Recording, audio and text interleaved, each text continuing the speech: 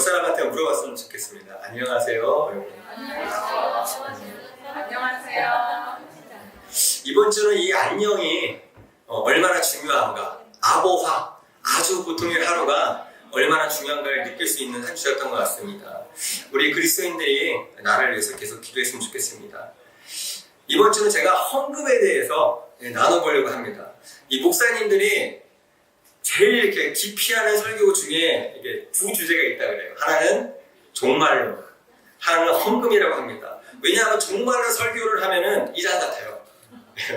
제가 어젠가 그젠가 이렇게 민준 형제로부터 신천지의 커리큘럼을 받아봤거든요. 고급반 처음부터 끝까지가 다 계시록입니다. 네. 그리고 헌금으로 주제를 이렇게 하면 돈만 밝히는 교회 같아요. 네.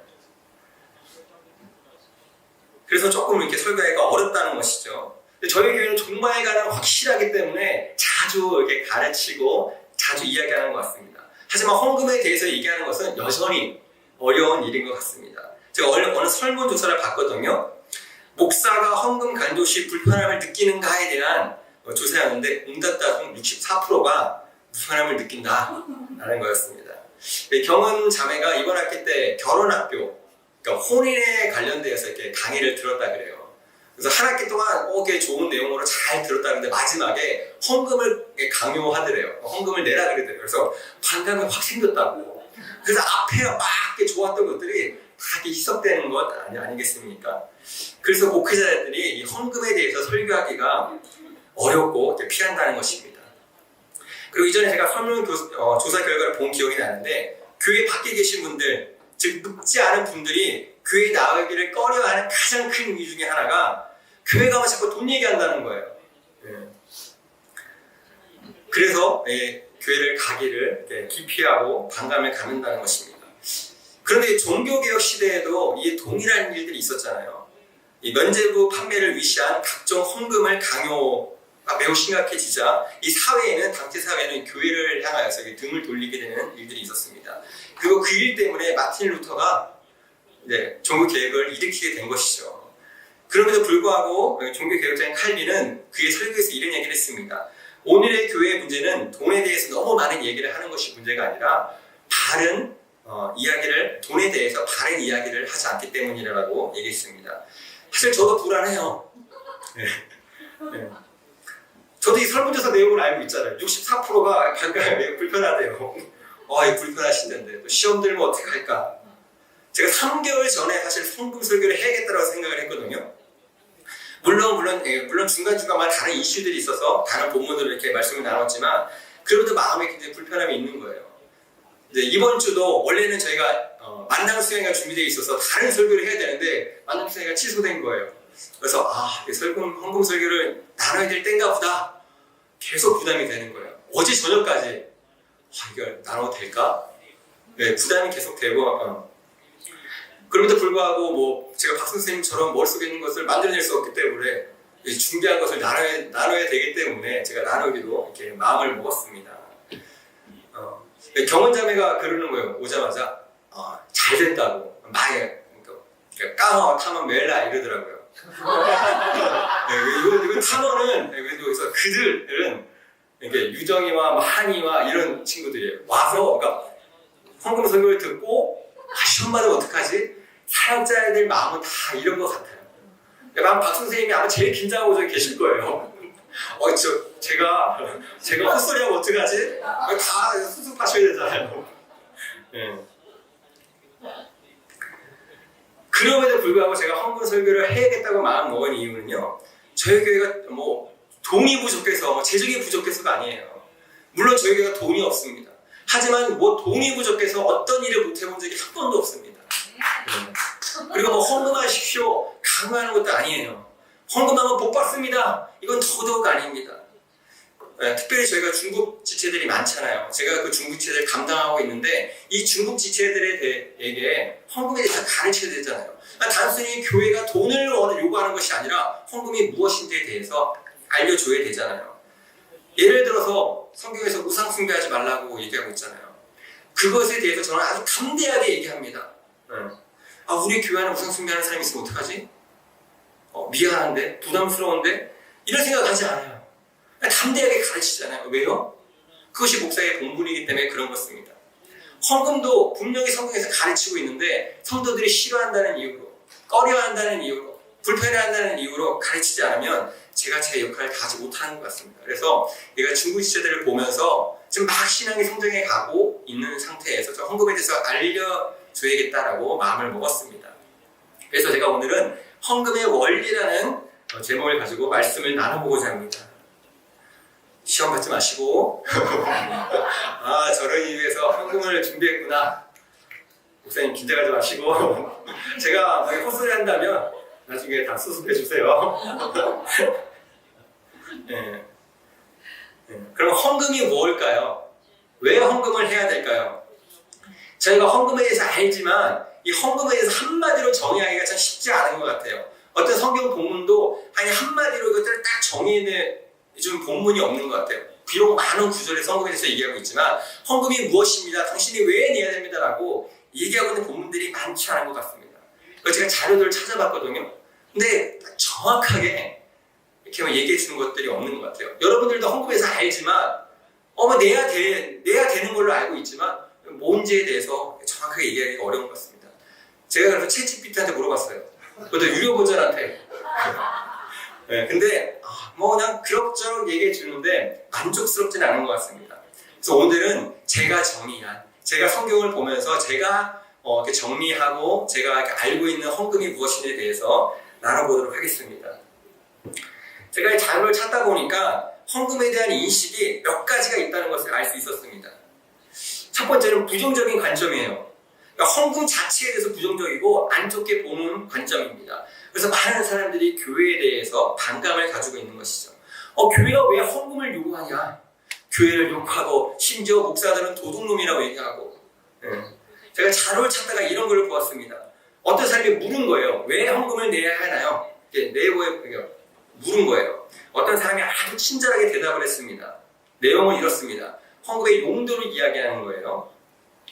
가난한 목사님은 먹고 사는 데 쓰고, 집이 없는 목사님은 집을 사는 데 쓰고, 집이 있는 목사님은 더 좋은 집을 사는 데 쓰고, 좋은 집이 있는 목사님은 고급 외제 승용차를 사는 데 쓰고, 좋은 집과 고급 외제 승용차가 이미 있는 목사님들은 자녀들을 외국에 유학 보내는 데 쓰고, 이것이 바로 헌금이고 11조입니다. 그래서 목사들은 이 세상에 살면서 하늘의 영광을 다 누리고 삽니다. 그래서 목사들을 기쁘게 하기 위해선 헌금을 많이 내는 것이 좋습니다. 이 사람은 이제 교회를 풍자하기 위해서 이런 글들을 쓴 거겠죠.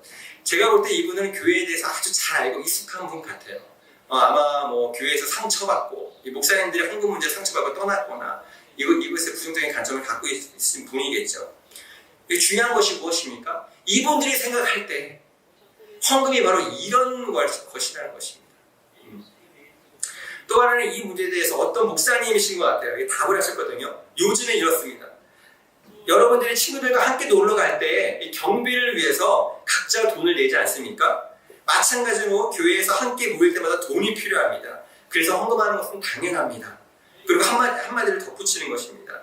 당연히 우리는 하나님께 헌금하는 것입니다. 그리고 우리가 하나님의 뜻을 따라 이 땅에 살아갈 때 돈은 꼭 필요합니다. 교회도 마찬가지로 하나님의 일을 하면 돈이 필요합니다. 어떻게 보면 맞는 이야기죠.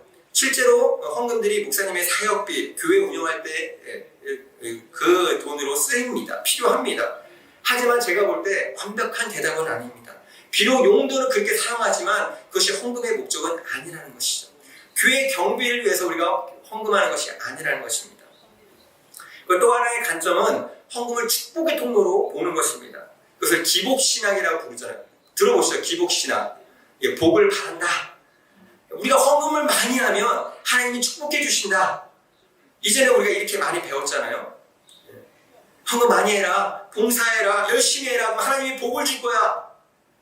성경에 보면 이런 축복을 약속한 구절들이 조금 보여요.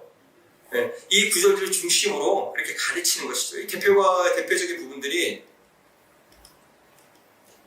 말라기 3장 10절 말씀이잖아요. 너희는 온전한 11조를 창고에 들여놓아 내 집에 먹을 거리가 넉넉하게 하여라. 이렇게 바친 일로 나를 시험하여 내가 하늘 문을 열고서 너희가 쌓을 곳이 없도록 복을 빚지 않나 보아라.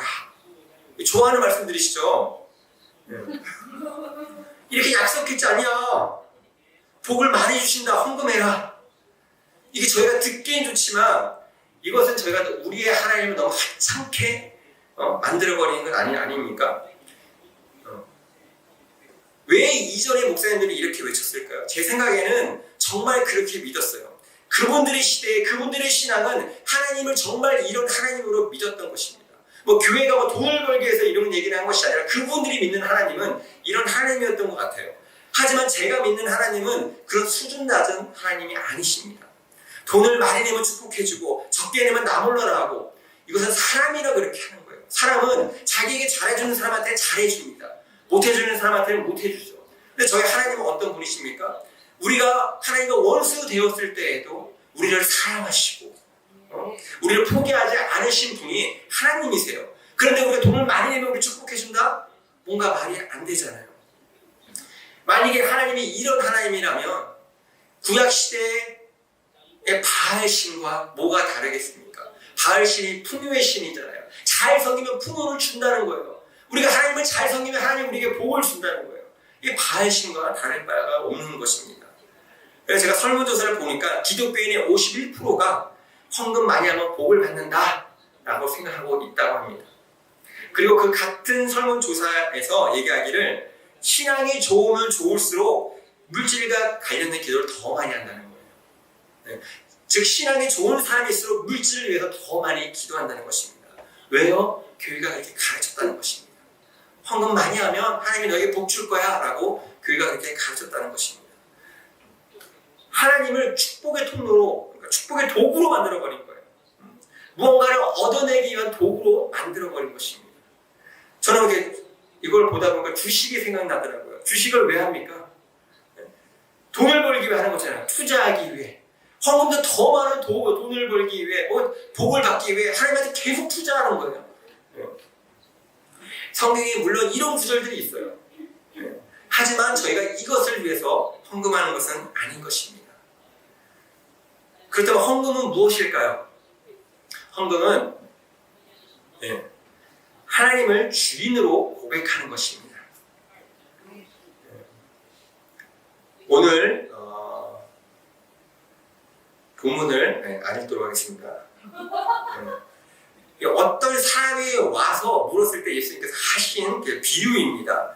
이 당시 사회는 고대 사회이기 때문에 농사를 지어서 얼마만큼의 수확량이 있느냐 그것으로 재산을 결정하던 시대였습니다.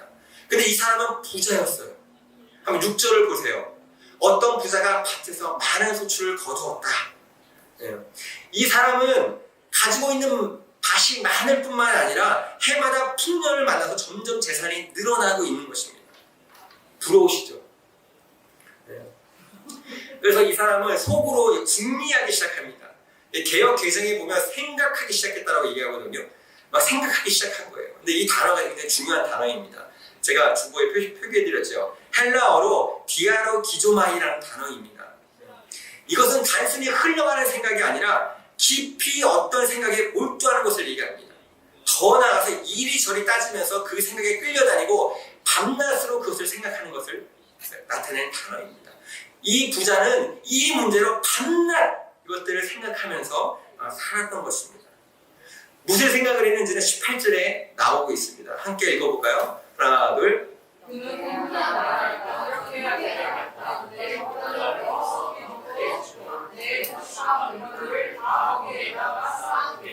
네, 곡관을 긁어서 더 크게 짓자. 그래서 나에게 들어오는 이 모든 재물을 쌓아놓자. 모자라면 더 짓자. 라고 얘기하고 있는 것입니다. 그리고 해마다 수확이 풍성했고 그래서 창고를 지어나갔습니다. 그랬더니 자기도 모르게 교만한 생각이 찾아오기 시작하는 것입니다. 그래서 혼잣말로 중얼거리는 것이죠. 여러 해 동안 쓸 많은 물건을 쌓아두었으니 이런 것이죠. 통장을 보니까 잔액이 풍성해요. 마음이 따뜻해지죠. 주식을 봐도 다 상한가예요. 부동산을 봐도 마음이 든든한 것입니다. 그래서 무엇이라고 얘기합니까? 너는 마음 놓고 먹고 마시고 즐겨라. 야, 인생 즐기며 살자. 이런 것이죠. 지금 이 부자의 두 가지 생각은 무엇입니까? 쌓자, 그리고 즐기자라는 것입니다. 저희가 근데 가만히 이것을 보니까 이것이 지금 이 시대에 살아가는 많은 사람들의 생각 아닙니까? 인생 즐기자, 그러기 위해서 내가 재물을 쌓자. 즉, 이 예화에 나오는 이 부자는 단순히 이 부자의 생각이 아니라 지금 이 시대에 살아가는 우리들의 생각을 대변하고 있다는 것입니다. 우리의 인생을 즐기기 위해서 내가 재물을 쌓아야 된다라고 얘기하고 있는 것입니다. 그런데 부자는 혼자 죽을지 모르지만 하나님이 들으신 것이죠. 그리고 이렇게 얘기하는 것입니다. 어리석은 사람아, 오늘 밤 내 영혼을 내게서 도로 찾을 것이다. 그러면 내가 장만한 것들이 누구의 것이 되겠느냐. 지금 이 비유에서 이 부자의 잘못이 무엇입니까? 첫째로 재산이 자기 것이라고 생각하는 것입니다. 성경은 이 세상에 있는 모든 것이 다 하나님 것이라고 얘기하고 있습니다. 역대상 말씀에 보면 이렇게 얘기하고 있습니다. 주님, 위대함과 능력과 영광과 승리와 존귀가 모두 주님의 것입니다. 하늘과 땅에 있는 모든 것이 다 주님의 것입니다. 그리고 이 나라도 주님의 것입니다. 주님께서는 만물의 머리 되신 분으로 높이를 받아주십시오. 부와 존귀와 주님께로 나오고 주님께서 만물을 다스리시며 주님의 손에 권세와 능력이 있으니 사람이 위대하고 강하게 되는 것도 주님 손에 달렸습니다. 그래서 우리는 관리자일 뿐입니다. 그런데 이 부자는 자기가 주인이라고 생각했어요. 그래서 계속 강조하고 있는 것이 무엇입니까? 내 소출, 내 곡간, 내 곡식 다 나였다. 그래서 어떻게 생각했습니까? 즉 이 부자가 두 번째로 잘못한 것이 무엇입니까? 내 것이니까 내 마음대로 쓰자. 그리고 즐기고 먹고 마시자라고 얘기하고 있는 것입니다. 그런데 몰랐던 것이 무엇입니까? 재물이 아무리 많아도 죽음을 이기지 못한다는 것입니다. 우리가 인생을 즐기고 건강관리를 하고 모든 면에서 노력하면 우리의 인생이 조금은 길어질 수 있습니다. 하지만 결국에는 죽는다는 것이죠. 그리고 죽으면 재물을 가져갈 수 없습니다. 우리는 빈손으로 하나님 앞에 서야 되는 것입니다. 그래서 이 부자는 이 세상에서 많은 부를 누렸지만 하나님이 그에게 무엇이라고 하십니까? 어리석은 사람아 라고 얘기하십니다. 바보라는 거예요. 이렇게 사는 사람들은 바보라는 것입니다. 아까도 얘기했지만 이 모습이 지금 우리의 모습이라는 것이죠. 지금 우리는 유물론으로 대표되는 물질주의 시대에 살아가고 있습니다. 물질주의 시대가 대변하는 것이 무엇입니까? 이 돈이 가장 중요하다는 것이죠. 그래서 이 시대는 돈에 집중하는 시대입니다. 그것이 나의 행복을 만드는 수단이라고 생각하고 나의 안전을 지켜주시는 방패막이라고 생각을 하고 내가 힘을 과시할 수 있는 수단으로 생각을 합니다. 지금 이 시대의 모습이 이런 모습이라는 것이죠. 사실 돈 자체가 나쁜 것은 아닙니다. 성경은 돈이 나쁘다고 얘기하지 않아요. 오히려 하나님이 주신 축복이라고 얘기합니다. 우리 저희가 방금 본 말씀에 그랬잖아요. 하늘과 땅에 있는 모든 것이 하나님의 것이며 모든 것이 하나님으로부터 왔다라고 얘기하고 있습니다. 즉 재물이란 하나님의 손으로부터 오는 것으로 바로만 쓰면 선하고 좋은 것입니다. 저희가 이 세상을 살아갈 때 인간답게 살기 위해서 돈은 없어서는 안 될 필수 요건입니다. 우리는 돈을 부정적으로 보지 않습니다. 돈이 없이 어떻게 살아갑니까? 돈이 없이 어떻게 가정을 돌보고 어떻게 자녀들을 양육하고 삽니까? 돈이 없으면 어떻게 선한 일을 하고 살아가겠습니까? 돈은 중요합니다. 그래서 우리는 돈을 비하하거나 제약시해서는 안 됩니다. 우리가 열심히 일하는 목적도 내가 수고한 만큼 대가가 돌아오기 때문입니다. 수고한 만큼 거두는 것이 하나님의 법칙입니다. 그래서 돈은 하나님이 우리에게 주신 축복입니다. 그런데 돈은 힘이 있습니다. 우리를 통치할 수 있는 힘이 있고 우리를 파괴할 수 있는 힘이 있습니다. 원래 힘이 있던 것은 아니에요. 그런데 사람들이 돈에게 힘을 줬습니다. 언제요? 우리가 하나님을 거절하고 내 자신이 하나님이 되었을 때. 왜요? 내가 하나님이 되었어요. 근데 문제가 뭐예요? 내가 하나님이 되었는데 나는 전능하지 않아요. 여러분, 전능한 무언가를 계속 찾는 것입니다. 그것이 바로 돈이라고 생각하는 것이죠. 이 세상의 가치관이 무엇입니까? 돈이면 안 되는 게 없어. 돈이면 다 가능해. 그러다 보니 돈이 힘을 갖게 되었습니다. 돈이 우리를 통치하기 시작했고요. 우리 정신과 생각을 지배하기 시작한 것입니다. 그것이 바로 이 시대의 돈이라는 것이죠. 그래서 성경은 무엇이라 합니까? 돈이 바로 만몬이라고 얘기합니다. 이 만몬이라는 단어를 직역을 하면 재물신이라는 거예요. 재물신, 재물의 신. 근데 성경에서는 그것을 다 그냥 재물로 그냥 번역해버려요. 많은 부분에서 재물이라고 번역합니다. 왜냐하면 이 돈 자체가 신이 되어버렸기 때문에 그런 것입니다. 돈은 좋은 것이지만 잘못 쓰면 독이 됩니다. 가장 무서운 것은 우리의 마음을 하나님으로부터 도둑질합니다. 우리로 하여금 돈을 숭배하게 합니다. 그래서 성경은 재물에 대해서 아주 엄격하게 얘기하고 있는 것입니다. 성경은 우리에게 말하길 한 사람이 두 주인을 섬길 수 없다라고 얘기하고 있습니다. 한번 같이 읽어볼까요? 아무도 두 주인을 섬기지 못한다. 한쪽을 미워하고 다른 쪽을 사랑하거나 한쪽을 진리에 여기고 다른 쪽을 신심에 여기다. 너희는 하나님과 재물을 아울러 섬길 수 없다. 무슨 말입니까? 돈이 주인이 될 수 있고 하나님이 주인이 될 수 있다는 것입니다. 그리고 하나님을 섬기든지 돈을 섬기든지 하나를 택하라는 것입니다.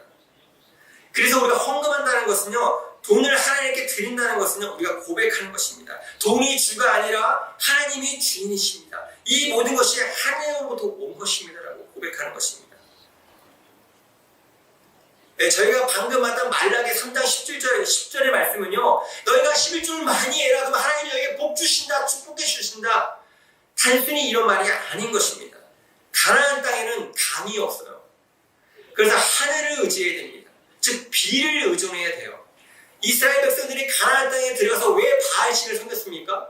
가나안 사람들이 말하기를 이 바알이 비를 장관하는 신이라는 거예요. 여기서 하늘문을 열고서는 비를 내려주신다는 것입니다. 너희가 풍요를 쫓는 것이 아니라 바알을 숭배하는 것이 아니라 너희가 나를 주인으로 인정하면 내가 하늘문을 열어서 비를 내리고 축복해 주신다는 것입니다. 근데 우리가 그 하나님을 주인으로 인정하는 행위가 무엇입니까? 11조를 헌금하는 것입니다. 즉 헌금은 하나님이 나의 주인이십니다라고 고백하는 것입니다. 그래서 이 신앙과 헌금은 뗄 수가 없는 것입니다. 왜요? 믿는다는 것이 무엇입니까? 단순히 종교 생활한다는 것이 아니고 단순히 교회에 다닌다는 것이 아니고 예수님은 나의 주인이십니다라고 고백하는 것이 바로 신앙인 것입니다. 그리고 그 고백의 가장 중요한 부분, 돈 방면에 있어서 고백해야 되는 것이죠. 왜요? 돈이 너무 쉽게 우리의 하나님, 우리의 신이 될 수 있기 때문에 그런 것입니다. 우리는 두 주인을 섬길 수 없는 것입니다. 둘 중 하나만 섬길 수 있는 것입니다. 그래서 우리가 헌금을 통해서 돈이 나의 주가 아니라 하나님이 나의 주인이십니다라고 고백하는 것이 바로 헌금인 것입니다. 헌금은 복 받으려고 하는 것도 아니고요. 교회 운영하라고 하는 것도 아니고요. 나의 신앙을 고백하는 것입니다. 그래서 헌금은 자원하는 마음으로 드려야 되는 것입니다. 그래서 우리가 두 번째로 헌금의 원리에 대해서 나눠보길 원하는데요. 오늘 본문 고린도전서 16장에 보면 바울이 고린도 교회에게 헌금의 원리에 대해서 설명한 것을 볼 수 있습니다. 제 말이 좀 굉장히 빠르죠? 우리 원래 중국 친구들을 위해서 설교하고 싶었기 때문에 천천히 해야 되는데 사실 이게 한 2주 해야 될 설교 부인데 헌금을 2주 할 수 없잖아요. 한 주에 막 몰아넣느냐고 제 말이 빨라지고 있습니다. 첫 번째 헌금의 원리 중에 가장 중요한 것은 자율적이라는 것입니다.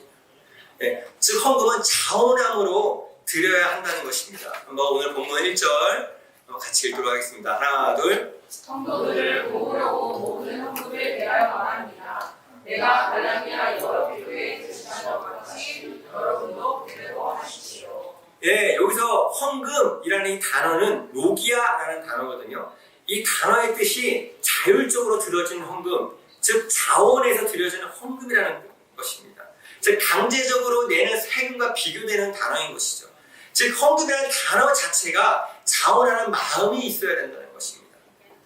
헌금은 먼저 자원하는 마음이 있어야 됩니다. 자원하는 마음이 없으면 아무리 많이 드린다고 해도 하나님 보시기에 의미가 없다는 것이죠. 그래서 나중에 고린도 후서를 보면 다시 한번 바울이 헌금에 대해서 가르치거든요. 거기서 이렇게 얘기합니다. 억지로 해서는 안 된다라고 얘기하고 있습니다. 헌금은 강제하는 것이 아닙니다. 만약에 헌금을 강요하는 교회가 있다면 문제가 있는 거예요. 또 더군다나 복과 관련되어서 만약에 강요를 하고 있다면 그런 교회를 다니지 마십시오. 너무 강하게 얘기하나요? 원리는 자율입니다. 헌금을 왜 해야 되는지 이해하고 그 자율성에 의해서 드려지는 것입니다. 두 번째로 헌금은 의무적인 차원이 있습니다. 헌금은 자율적이지만 의무적인 차원도 있다는 것이죠. 아마 1절을 다시 한번 보십시오. 바울은 지금 고린도 교회 성도들에게 헌금을 가르치면서 헌금하라고 호소하지 않습니다. 명령하고 있는 것을 발견할 수 있습니다. 제가 세 번역에는 이게 잘 드러나 있지 않더라고요. 그래서 개역 개정 성경을 가져왔는데 내가 갈라디아 교회들에게 명한 것 같이 라고 얘기하고 있습니다. 헌금은 자율적인 측면이 있지만 동시에 의무적인 차원도 있음을 얘기하는 것입니다. 즉 헌금은 그리스도인들이 해도 되고 안 해도 되는 그런 문제가 아니라 의무적인 측면이 있다는 것이죠. 저희가 지금의 시각으로 봤을 때 바울이 겁도 없이 지금 헌금을 명하고 있는 것 같죠. 사실 바울은 이 고린도 후서에 보면 이 고린도 교회 당시 부자 성도들이 경제적 지원을 하려고 그랬거든요. 근데 바울이 그것을 거절합니다. 헌금을 거절한 거죠. 그래서 그 문제로 인하여서 엄청난 공격과 비난을 받습니다. 지금 바울은 그냥 돈이 좋아서 헌금해라라고 얘기하고 있는 것이 아닌 것입니다. 제 생각엔 이런 것 같습니다.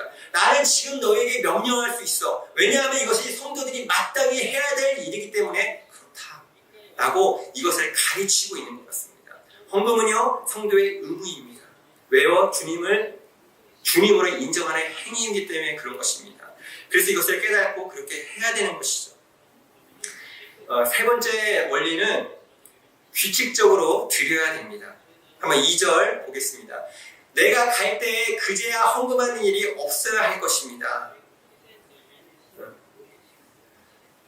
무슨 뜻입니까? 내가 갈 때 갑자기 하지 말고 매주 첫날에 규칙적으로 하라는 소리입니다. 매주 첫날이 언제입니까? 일요일입니다. 저희는 그 주일을 주말이라고 부르잖아요. 근데 당시 이 사람들에게는 매주의 첫날이었습니다. 왜요? 안식 후 첫날. 부활을 기념하는 것이죠. 새 시대가 시작됐음을 기념하는 것입니다. 그래서 초대교인들은 안식 후 첫날에 그들은 함께 모였습니다. 모여서 주님을 경배하고 떡을 떼며 예배를 드렸습니다. 그리고 그때마다 모아서 바울이 그 전체를 가지고 갈 수 있도록 헌금하라고 얘기하고 있는 것입니다. 헌금은요 어느 날 갑자기 많이 하는 것이 아닙니다. 헌금은 규칙적으로 하는 것이 중요합니다. 왜요? 이것이 우리의 규칙적인 헌신의 표현이기 때문에 그런 것입니다. 저희가 평소에는 마음대로 살다가 어느 날 좋을 때, 기분 좋을 때 내가 주님께 헌신합니다. 주님은 나의 주님이십니다라고 고백하는 것이 아닙니다. 물론 그렇게 하는 것도 안 하는 것보다는 좋겠지만 그것은 온전한 고백이 아닙니다. 하나님의 주되심은 우리의 삶 전체에서 온전히 고백되어야 됩니다. 그래서 이것을 위해서 우리는 규칙적인 고백이 있어야 되는 것입니다. 저는 이 매주 첫날에 라는 이 단어, 이 표현에 의미가 있다고 생각합니다. 매주의 첫날, 한 주가 시작되는 날 고백하는 것입니다. 이 한 주간에 하나님이 나의 주인이십니다. 그래서 우리는 규칙적인 헌금을 통해서 주를 향한 우리의 신앙이 고백되어야 되는 것입니다. 그래서 보통 때는 안 하고 있다가 나중에 생각나면 1년에 왕창 한다. 저는 그것이 아무리 많이 한다고 해도 하나님 앞에 아름다운 헌금의 태도는 아닌 것 같습니다. 하나님께서 우리의 삶의 전체의 주인이시라면 규칙적인 헌신을 통해서 우리의 신앙을 고백해야 되는 것입니다.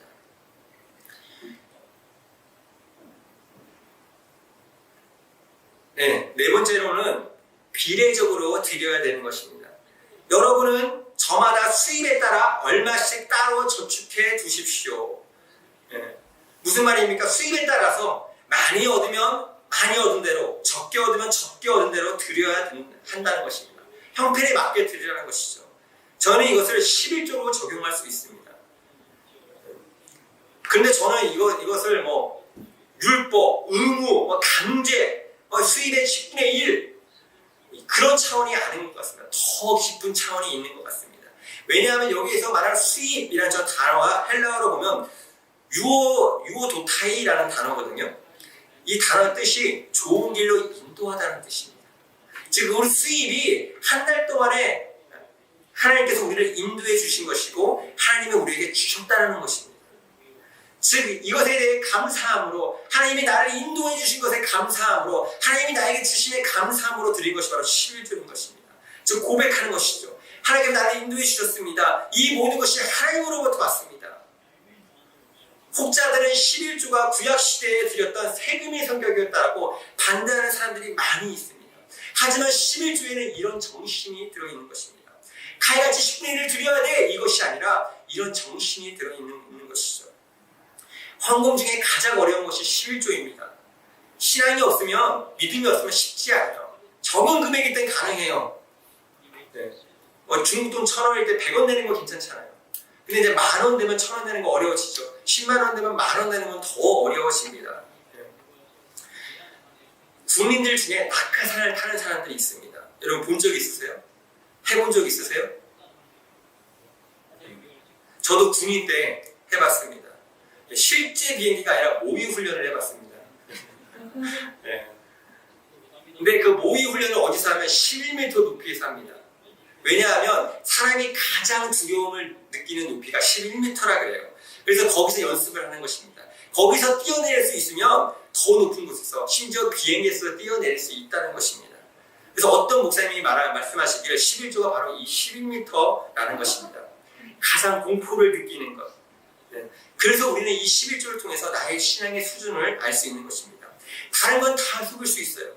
열심히 봉사하고 열심히 예배하고 돈을 속이기가 쉽지 않은 것이죠. 우리 모두가 이 11m 높이에 서야 되지 않겠습니까? 그리고 점검해야 됩니다. 하나님 앞에 물어야 됩니다. 돈이 주인인지 하나님이 주인인지. 우리가 이것을 알 수 있다면 헌금에서 우리는 자유할 수 있는 것이죠. 다섯 번째로 은혜에 대한 보답인 것입니다. 바울은 지금 이 고린도 교회의 교인들이 헌금을 가지고 예루살렘으로 가기를 원하고 있는 것입니다. 근데 바울이 이 표현을 아주 독특하게 표현합니다. 내가 헌금을 가지고 간다라고 표현하지 않고 내가 선물을 가지고 간다라고 표현하고 있습니다. 개역 개정에는 은혜라고 번역하고 있거든요. 네. 즉 헌금은 은혜라는 것입니다. 바울이 어떤 의미에서 이 은혜라는 단어를 썼을까요? 먼저 우리가 은혜 받은 자라는 것입니다. 네. 여러분은 믿음을 통하여 은혜로 구원을 얻었습니다. 이것은 여러분에게서 난 것이 아니요 하나님의 선물입니다. 우리가 잘해서, 우리가 잘나서 이것을 얻은 것이 아니라 자격이 전혀 없는데 하나님의 은혜로, 하나님의 선물로. 선물이 뭐예요? 거저준 거잖아요. 누가 선물을 줬는데 우리가 그 보답을 하면 그 선물이 아닌 것이 되잖아요. 하나님께서 우리가 선물로 주신 것입니다. 그리스도인의 삶은요, 그리스도의 삶, 하나님의 은혜로 충만한, 하나님의 은혜에 빚진 자들이라는 것입니다. 그래서 그 은혜에 너무나 감사해요. 그리고 그 은혜를 흘려보내는 것입니다. 즉 이 헌금이 쓰여질 때 내가 받았던 하나님의 은혜가 누구에게 전달되기를 바라는 것, 즉 은혜 받은 사람의 은혜를 나누는 것이 바로 헌금이라는 것이죠. 제가 헌금의 종류에 대해서 설명하고 있지 않지만 제가 드린 이 원리를 통해서 헌금의 종류에 대해서 같이 얘기하고 있는 것입니다. 규칙적으로 드리는 헌금은 주일 헌금이라고 우리가 적용할 수 있고요. 비례로 드리는 헌금은 11조가 적용할 수 있고요. 방금 나눈 은혜를 나누는 헌금은 감사 헌금, 구제 헌금이라고 할 수 있습니다. 더 중요한 것이 무엇입니까? 바로 우리의 태도입니다. 태도. 마지막인데요. 6번째 원칙입니다. 헌금은 자기 자신을 드리는 것입니다. 네.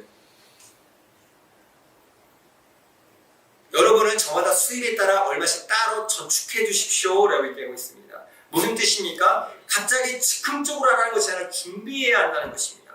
헌금을 많이 하는 것이 중요한 것이 아닙니다. 태도가 중요한 것입니다. 당연히 우리는 헌금을 하나님께 드리는 거예요. 그런데 하나님은 돈이 필요하신 분이 아닙니다. 하나님한테 물질이 중요하지 않아요. 하나님은 우리에게 물질을 원하는 것이 아닙니다. 단지 우리의 마음, 우리의 중심을 원하는 것입니다. 그래서 고린도서 8장 5절에 무엇이라고 얘기하고 있습니까?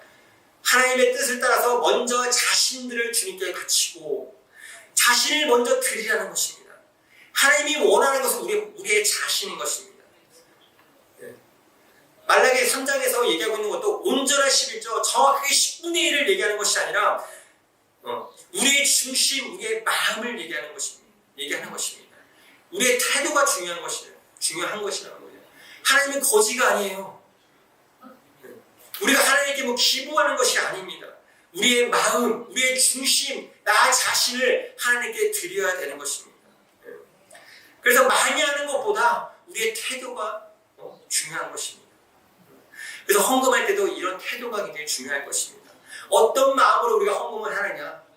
그냥 교회 경비가 필요해서 그냥 습관적으로 내는 것이 아니라 정말 내가 하나님께 나의 마음을, 나의 중심을 드리는 태도로 우리가 헌금을 준비하고 드려야 될 것입니다. 제가 어렸을 때는 신건이 있으면 저희 어머니는 무조건 선거책에 꽂아놨습니다. 네. 만약 그날 신건이 없다 그러면 다리미를 다리셨어요. 네. 그래가지고 다 준비해서 드리셨습니다. 지금 이 시대는 그렇게까지 어려운 것 같습니다. 하지만 저희가 헌금을 드리는 마음, 이런 태도여야 된다는 것이죠. 말씀을 마무리하겠습니다. 김미지 씨의 왕의 제정이라는 거 들어보셨습니까? 책도 있고 강의도 하죠. 이분을 부흥의 강사로 초청하려면 몇 년을 기다려야 된다고 해요. 예약을 해놓고 몇 년을 기다려야 한다고 합니다. 이분도 비슷한 말을 해요. 하나님이 주인이시래요. 이게 제정의 주인, 왕의 제정이잖아요. 주인이 하나님이시래요. 그래서 이 제정을 하나님께 드려라. 그러면 하나님이 너희를 축복하신다. 함정이 여기 있는 거예요. 결국 헌금 많이 하면 하나님이 너희를 축복해 줄 거야. 우리의 하나님이 이런 째째한 하나님으로 만들지 마십시오. 사실 저희가 어떤 설교가 더 쉽겠습니까? 헌금 많이 하십시오. 그러면 하나님이 여러분 축복해 주실 것입니다. 이 설교가 저한테 훨씬 쉽잖아요. 여러분도 도전받고 감동받고 헌금하고 싶고. 이 왕의 제정 부흥회는 사람들이 엄청나게 찬대요. 그리고 사람들이 아멘 한대요. 은혜를 엄청 받는데요. 우리 하나님은요, 돈을 원하시는 하나님이 아니십니다. 우리의 마음, 우리의 중심을 원하시는 것입니다. 그런데 이 시대에 돈이 우리의 하나님이 되기 때문에, 우리의 신이 되기 때문에 이 돈에 있어서 하나님에 대한 주대심을 고백해야 된다는 것이죠. 즉 물질 만능 시대에 돈이 나의 주인이 아니라 하나님이 나의 주인이십니다라고 고백하는 것입니다. 그리고 자율적으로 자원하는 마음으로 하나님께 고백하는 것이죠. 우리는 두 주인을 섬길 수 없습니다. 하나님을 섬기든지 돈을 섬기든지 중간은 없어요. 자꾸 두 개 다 섬길 수 있다고 얘기하지 마십시오. 성경은 분명히 얘기하고 있습니다. 너희가 두 주인을 섬길 수 없다. 둘 중 하나를 선택해야 되는 것입니다. 헌금 앞에 자신을 세워놓고 자신을 점검했으면 좋겠습니다. 우리 같이 기도하시겠습니다. 제가 오늘 조금 민감한, 어쩌면 들으면서 마음이 불편한 이 헌금에 대해서 나눴습니다. 제가 들을 때 불편할 수도 있고, 교회가 너무 돈을 요구하는 거 아닌가? 라고 생각할 수 있습니다. 하지만 성경에서 분명하게 헌금이 무엇인지에 대해서 얘기하고 있는 것입니다. 이 물질 만능 시대에, 이 돈이 전능하다고 믿는 이 시대에, 돈이 나의 안전함을 지켜주고 나의 힘을 보여줄 수 있는 수단이라고 믿는 이 시대에 돈이 나의 주인이 아니고 하나님이 나의 주인이십니다라고 고백하는 것, 그 행위가 바로 헌금인 것입니다. 여러분들의 삶의 주인이 무엇입니까? 비록 교회는 다니고 있지만 그 왕의 부흥에 가득 차는 그분들처럼 여전히 돈을 나의 주인으로 삼고 돈을 쌓자 내 인생 즐기자라고 하며 살아가고 있지 않습니까? 아니면 하나님을 나의 주인으로 모시고 있습니까? 우리는 이 돈에 있어서 주대심이 인정되지 않는 이상 우리의 주대심은 온전한 주대심이 될 수 없는 것입니다. 저는 여러분들에게 헌금을 내라 강요하는 것도 아니고 헌금 내면 하나님 축복하신다라고 얘기하는 것도 아닙니다. 여러분의 주인이 누구십니까? 이 헌금의 선상에 서서 여러분 자신을 돌아보시길 바랍니다. 나의 주인이 무엇인지, 이 시간 좀 하나님에게 고백했으면 좋겠습니다. 하나님, 당신께서 나의 주인이십니다. 당신이 나의 왕이십니다. 라고 우리 함께 고백하며 기도했으면 좋겠습니다.